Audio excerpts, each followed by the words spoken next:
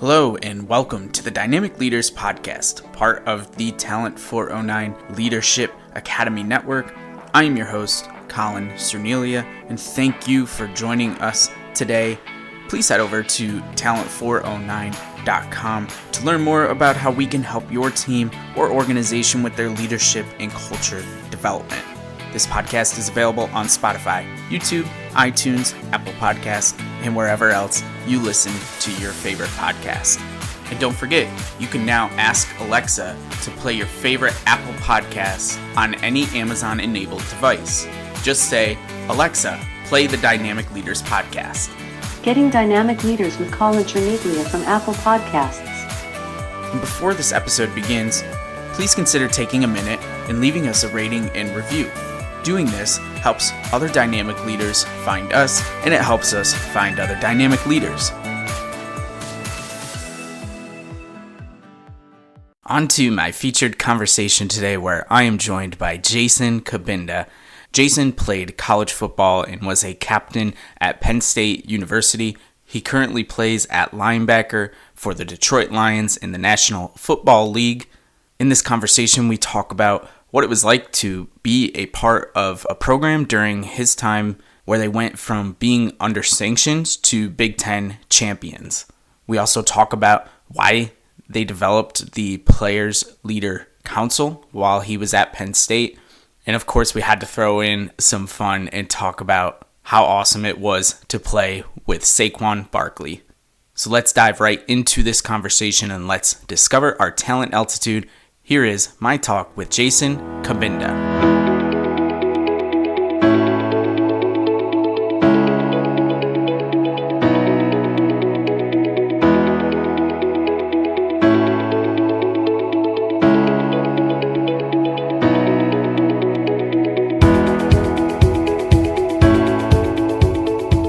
Okay, everyone, welcome back to the Dynamic Leaders Podcast. Today on the line, I have Jason Cabinda with me. Jason, thank you so much for joining the show. Hey, what's going on, Colin, man? I appreciate you having me on, bro.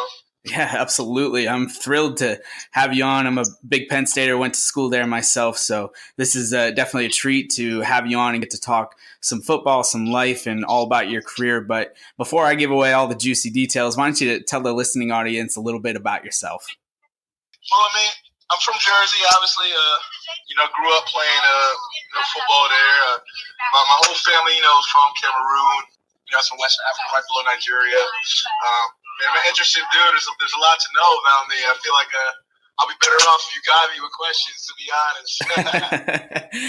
Fair enough. All right, so let's talk a little bit about football to start. You ended up at Penn State playing college football at Penn State before now in the NFL. But talk to me a little bit about some of your high school experiences. Like when did you know that you were going to be able to play at the next level? Honestly, it wasn't until I got an offer. I didn't know too much about, the next level in college football and all that kind of stuff. I mean, for me, playing sports was really just all about, having fun and playing with my friends. My junior year is kind of where I really had a breakout year. Sophomore year I played on varsity, kind of split time with a senior who was on the team. And my junior years was really my first time, starting full-time on offense. And I kind of, exploded for I think I had 24, 25 touchdowns, something like that. And, started having college coaches come to my basketball practice to kind of see, all right, well, how does this guy move? How athletic is he, et cetera. I ended up getting my first college offer. I think it was a D1 AA school. I got it in March after my junior season from Colgate University, a small school up in New York. And kind of, how it goes when you get offers, then all a bunch of other schools kind of hear you got an offer, and they then offer you. It was kind of like that is how it started off. In terms of getting offers, and then senior year came around. By then I was committed to Syracuse, and after that, basically I got an invite to a camp over at Penn State after I had committed, and I kind of just I was just like, man, let me just go and just see, who knows? And at the time, obviously, they're deep in sanctions, so there's less scholarships, etc. I went to camp, and I had a really, really good camp. They liked me a lot. And it was the week after that they had lightened the scholarships from, I think they were from 15 to 21. And I literally got an offer that next week. And now I'm having this big question, damn, what the heck do I do, And It was October my senior year. I get invited to the Michigan game, that quadruple OT crazy win, Yes, the whiteout game. And after seeing that game live, bro, when I say I was sold, I mean there was nothing else to say. That was it. You know, I had to be a part of it. I had to be. And that was probably one of the hardest decisions of my life because, you know, growing up, I was always I was a loyal person. You know, I was always a man of my word, that kind of thing. Those values were really important to me. So having to, make that phone call to Syracuse and tell them, hey, this decision I have to make, I have to go to Penn State, that was difficult for me. But I feel like that was one of my first true just being a man moments. I feel like nowadays you see so many kids having their parents calling coaches to tell them their kids are demon and all that stuff. But, that's how I ended up at Penn State. Yeah, and that obviously speaks really well to your character, and we're going to talk a little bit about some of your leadership attributes in a little while. But I was at that Michigan game as well. I was in the stands, and that was certainly something that was really great, especially coming off the heels of the sanctions, as you mentioned. So you were recruited by Bill O'Brien's staff then, correct? Right, yeah, I was recruited by Billy O.B. I think it was New Year's that he took the job over at, in Houston. And, called me, told me, hey, I'm leaving, but, Penn State is still a place for you. This is where you belong, da-da-da. And there was a long, I think it was maybe 9 or 11 days, somewhere in that range, between Billy O.B. leaving and them finding a new coach. I remember just every day in our little group chat between us recruits, like the commits, we're just texting every day like, man, who's going to get hired? You know how these searches are. There's a new name that pops up every day. So, we're freaking out about all the new names. It's like Al Golden and I forget, Greg Schiano. I forget one of the names where came up. But we're doing our research like crazy. And then, Franklin finally gets hired. And, he calls us together and we have a weekend, an official visit weekend with all the commits and all the new coaches. I mean, it was really it was a hassle. I mean, it was really crazy. It's just because, as you know, signing day is February 5th. So for a coach to leave on January, it gives you a month, to make different visits or, to check out what your other options may be, if there even are options. So it was very hectic, to be honest. But luckily, it all worked out. And yeah, and I think it's so interesting that your recruitment process, I think people think like Division I college football players that go to Penn State, for example, that this is just like an easy breezy process. Like people are doing things for you. You're set up for life. The next step's going to be the NFL. But I mean, you just talked about how you committed to Syracuse, then you decommitted, and then your coach leaves a month before signing day. And then you have to do all this research and try to build a relationship. And you know that you can't build a relationship with somebody in a month, but just have to trust that Coach Franklin was going to be the coach for you. And that's a whirlwind of an experience. Oh, I mean, no doubt about it. I mean, it was very difficult. It was very tough. I mean, your freaking life, and being put in that position, where you don't know these guys, and you hear the crazy stories nowadays. You hear coaches taking away kids' scholarships, or you hear maybe you're maybe not a player's type of or a coach's type of player, all those kinds of things, and then. You got all these thoughts. So I think the way Coach Franklin handled it, the way he came in, and obviously he brought over some guys from Vanderbilt with him, but he made us feel real comfortable, made us feel wanted. I mean, it was as smooth a transition as it possibly could have been. Sure, given the circumstances, it seems right, like, exactly. Yeah. So tell me what it was like then to go into a program that was under sanctions still at the time. And I think it was that first year that the bowl ban got lifted. And during your collegiate experience, which is not a very long time, but during your collegiate experience, you go from being with a program that's under heavy sanctions to being Big Ten champions, being pretty close to making a run at the playoff that same season, and definitely should have been in the playoffs. That's for damn sure. Yes, I'm on your side for that. That's for sure.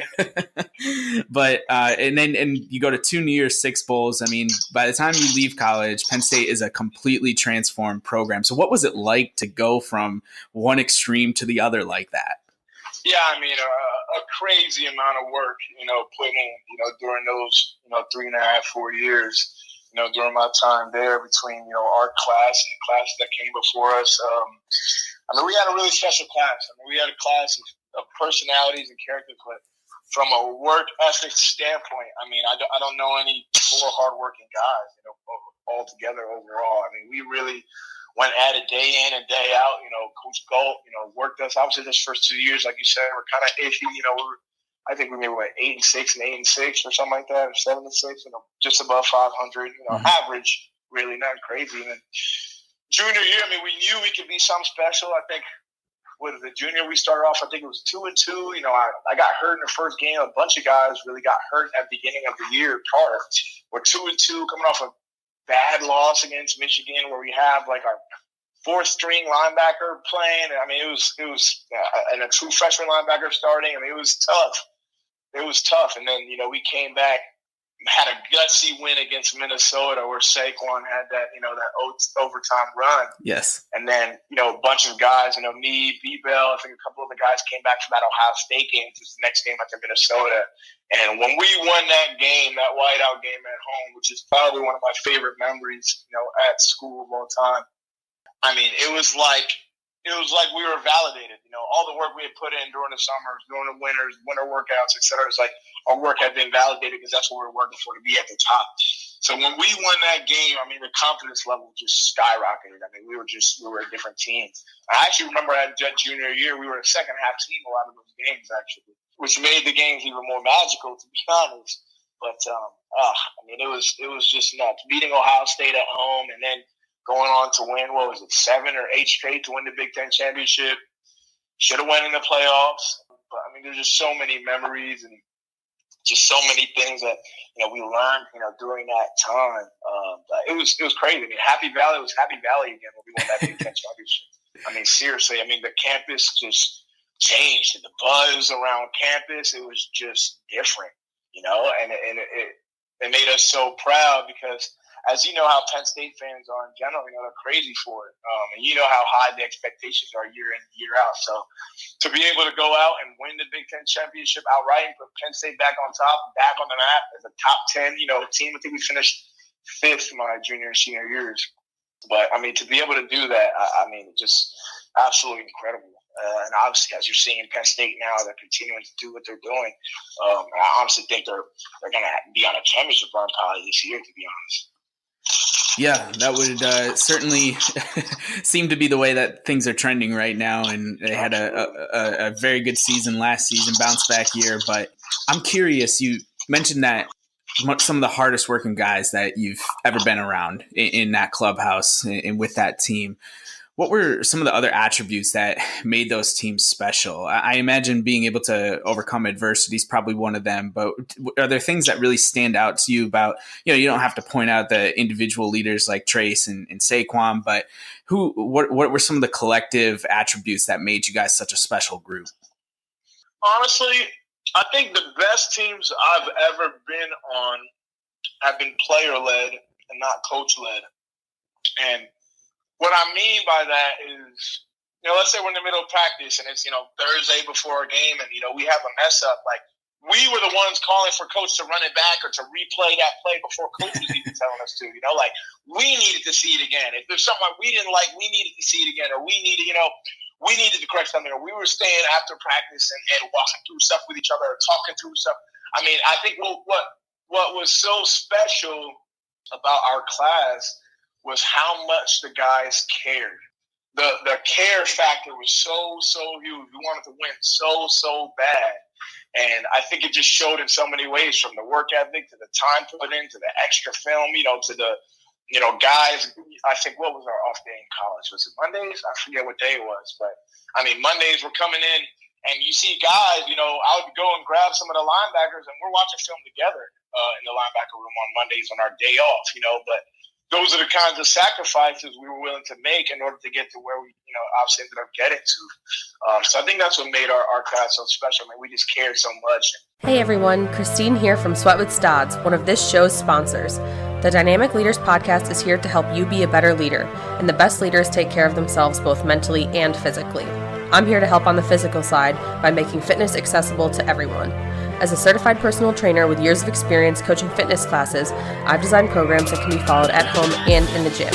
These are intelligently structured programs, giving you a plan to follow to help you be successful.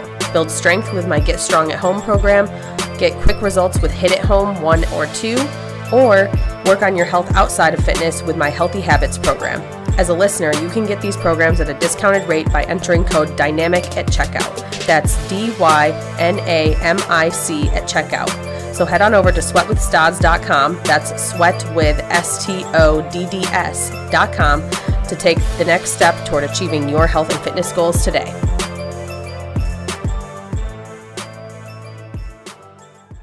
I'm actually really glad that you talked about the player-led teams, because one of the things I'm curious about, I remember reading a feature on Coach Franklin and the program, and I think it was prior to the 2016 season, so tell me if I'm wrong, but I think it was prior to the 2016 season, he decided to institute a players' council. Yes. Yeah, can you tell us a little bit about what that was and how that all works? Yes, like that was another example of, those kinds of things.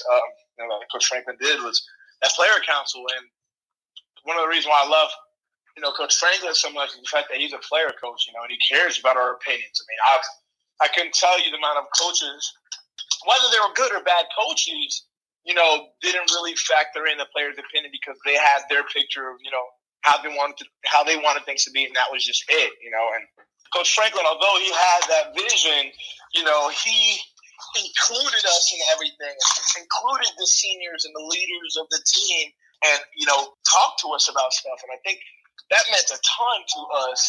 And I think it was important just in terms of that trust factor between coach and players. And we may have had issues that we disagreed on. Or there may have been stuff that we wanted Coach Franklin to tweak or maybe pull back on. And there may have been stuff that Coach Franklin was demanding from us that we symbiotic in a sense that, we truly really worked with each other so well. And I think he did such a good job of making sure that those player leaders and those senior guys were like his liaison to the rest of the team, if that makes sense. We were the bridge in terms of making sure that the message that he was sending to us was getting spread throughout and trickled down throughout the rest of the team. He did a really good job of that. And that was really the purpose, of those player council meetings that we have on Sundays. Very cool. Now, you as an individual, you're playing linebacker, and for those that aren't as familiar with the sport, the linebacker position is a lot of times compared to the quarterback position on offense, and you're the leader of the defense, and you were one of the leaders for those teams that emerged in your junior and senior seasons to have so much success. And I'm curious, did you always want to be in a leadership type position? Like, did you aspire to be a leader and a captain? Not necessarily, but I know my personality has always kind of been geared towards those type of roles. The way I lead, the way I go about my business in general has always been something that, coaches have seen in me and found in me and have really, liked and taken a liking to. So I think just from that standpoint, that's probably why I ended up in those positions, because I've always been a hard-nosed dude. I've always been a dude who worked his ass off. I've always been a do extra guy. I've always been a do whatever it takes kind of guy. So I think just those qualities about myself are probably reasons why I ended up in those roles. But I also, just had the respect of my teammates just for my work ethic and what I did during workouts and, all those kinds of things, obviously the way I played. So it sounds like you were very much a leader by example, correct? Yeah. But I obviously was never afraid to, speak up and, sure, say what I needed to say when I needed to say it. So just in general then, when you're leading by example, it's a great way to lead, but I think there's a misconception that sometimes people think like just because they're leading by example that other people will follow suit. Sometimes you do need to be able to influence them in another way. Like, how do you think that you were able to be such an effective leader having that type of leadership style? Like, does that make sense what I'm asking? Honestly, the easiest way to influence those kind of guys is to have success on the field. When you're out there and you're making plays, guys look up to that and say, okay, what is this guy doing? And that's making him, be successful on the field, or what is he doing extra that's allowing him to be able to do this or have this success? And I think that's where it comes from first. Because I think, it's easy to be that guy who's talking and saying, A, B, C, and D, but ain't getting nothing done on the field, or isn't playing, or et cetera. But when you back up your talk and you have that respect of your teammates so that when you do say something, they listen, or when you do say something, it holds weight. That's what I think is really important. From a leadership perspective, is there a moment that stands out where it was really difficult to be a leader? Like, I think when people see leaders, they think of it as this big, glossy, awesome position, but being a leader sometimes can be very difficult, and you have to make tough decisions and unpopular decisions even. Was there something throughout the course of your collegiate career, or even now in your professional career, that you can look back on and say, wow, that was a really difficult moment to be a leader? Honestly, just during when we have our winter workouts during the winters, those are tough. I actually remember that there was a certain point in time where, we weren't that happy in terms of what the start time for winter workouts. I mean, I think we had to be on the field and ready to go at like 5. I mean, I remember having my alarm set at like 4:20. So that was definitely tough. And obviously, Penn State winters, you're walking to the facility 4:30 in the morning. There's snow all over the ground. I mean, it was miserable, and it was. I'm not gonna lie, that was fun to do, but it built character. It built us as a team. It built our mental toughness. It's the reason why we were able to fight the way we fought, every game. So did you it definitely had to be workouts for me. Did you have to like rally up some of your teammates and try to get them? I mean, and when I say that, I just mean that I think there are comments that get made in the locker room. Guys complaining, guys bitching, those kinds of things where you got to shut that shit down quick. Sure. Or else, you can lose your locker room. It's easy for guys to all fall into that mindset. So that's really what I mean. Excellent. Okay, so you get to the NFL. You're an undrafted free agent with the Oakland, now the Las Vegas Raiders, and you've since moved on to the Detroit Lions. Talk to me about maybe what the biggest adjustment has been for your game and mindset to play in the NFL from college. For me, I think it's just learning. This is now the second defense, in the league that I've played in. So, I have a real good general idea of both 3-4 and 4-3 defenses, whereas before I really only played in 4-3 defenses before. So that was definitely tough to adjust to, playing in 3-4 over here in Detroit and stuff. And then just, I think, kind of changing my body from an athletic standpoint into how the league is with the amount of speed. You see how the league is changing now, and just becoming so pass heavy, and it's all about the space games and matchups. So I think focusing a whole lot more on being able to cover, being able to move well in space, and also adjusting to playing a lot of special teams. As you know, a lot of guys early in their careers play special teams. In their careers. And in college, you don't really play special teams if you're a star, or if you're a star player on offense or defense. You don't really play special teams. I think in college, I really just play kickoff return, maybe punt early in my career. So that was an adjustment as well. Taking special teams as serious as I needed to take it was definitely a lot different as well. Sure. Yeah, that's definitely got to be an adjustment from, like you said, going from starting all those games in college and then, having to basically earn your way up again to line of the line of command there in the NFL. So This question might make you reflect just a little bit, but how do you hope that your on-field and off-field performance will affect younger generations? Do you ever give any thought to that? I don't really. I mean, maybe in terms of LBU and, the example that I set in the room, but I feel like the example I set, had to do more with work ethic and the way you go about your business and the way, approach practice and approach walkthroughs, those kinds of things.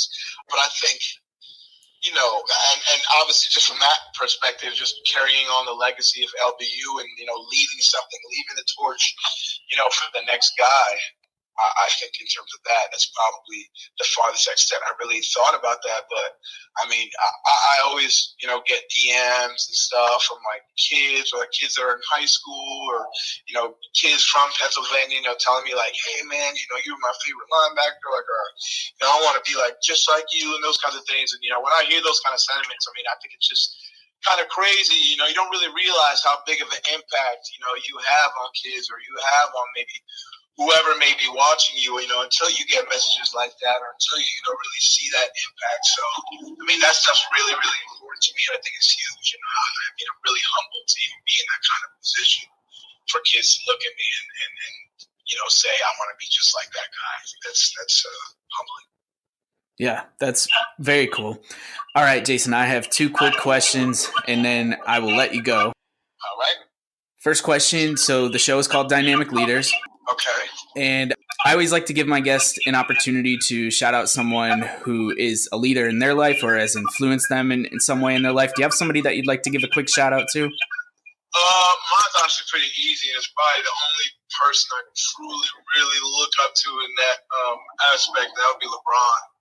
I mean, just seeing the way he's gone about his business over the years, from having the hype that he's had going into the league, and not only delivering on expectations, but exceeding them. I mean, it's just to see what he's still doing in year 17 is just unbelievable. To see his work ethic, the way he goes about his business, been with the same girls since like high school. I mean, all those kinds of things.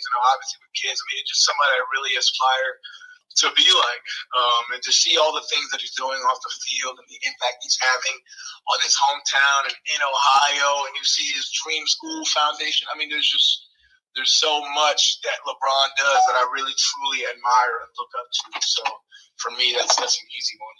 Yeah, that's a really great shout out. And we talk about LeBron a lot on this podcast because he is doing so many great things and just really is a good role model. All right, last thing, Jason, real quick. I have to ask you, since you got to play with Saquon Barkley, what was it like?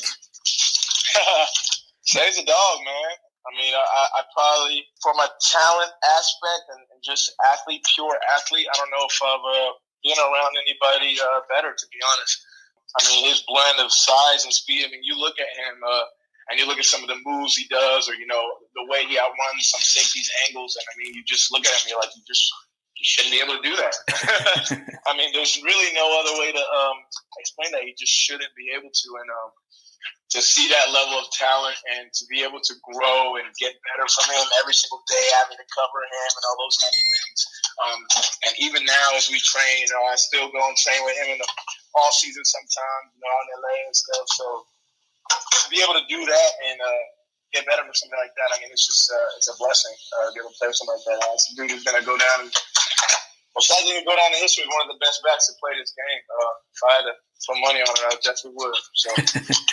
That's awesome. Well, Jason, it's been so great to talk to you, and I just really appreciate your time and your insight on your career. We definitely wish you the best of luck moving forward. I know you're going to continue to do great things, but thank you for taking some time to hop on the show today. Thanks, bro. I appreciate it. Thanks for having me on, man.